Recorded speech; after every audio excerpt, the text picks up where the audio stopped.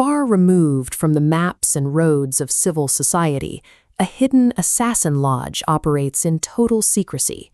On a cold night, an unidentified infant was left on their stone doorstep.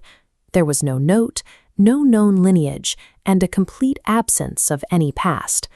The lodge took the child in and assigned her a single identifier, Nyth, a word in the old tongue that translates to nameless.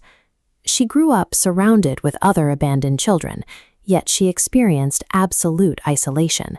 There was no surrogate family here and no sense of brotherhood.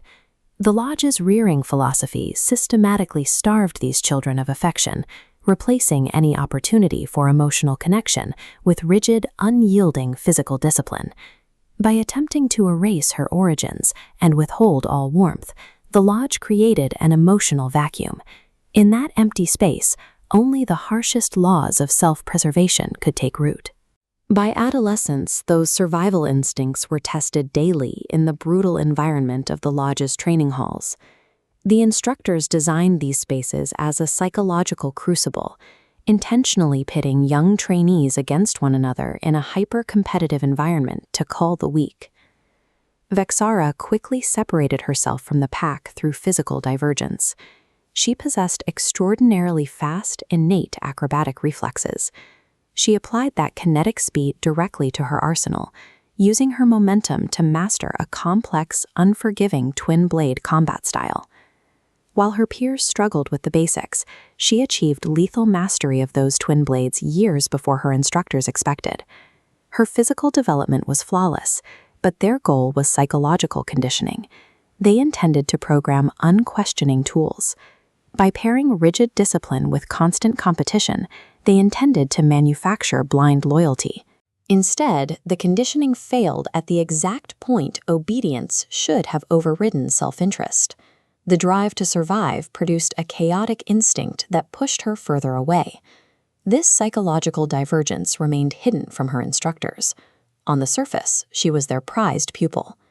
The final test arrived at age 15, stepping out for her first sanctioned assassination mission. Crossing the threshold of taking a human life is intended to cement an assassin's worldview, binding them to the organization through shared blood. For Vexara, the kill had the opposite effect. The moment her target fell, she severed whatever fragile emotional ties she had left to her childhood and the lodge. The lodge spent 15 years weaponizing her survival instincts to create a perfect killer. They succeeded so thoroughly that they forged a blade too sharp and too independent for them to control.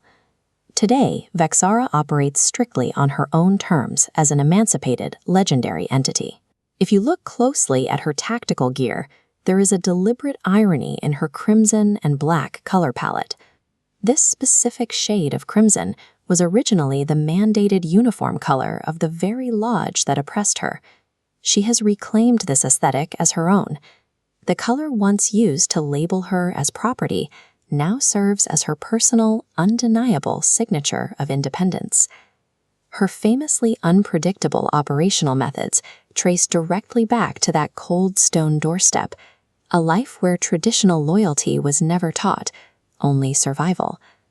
Vexara stands as a living weapon who owes no debt to her creators.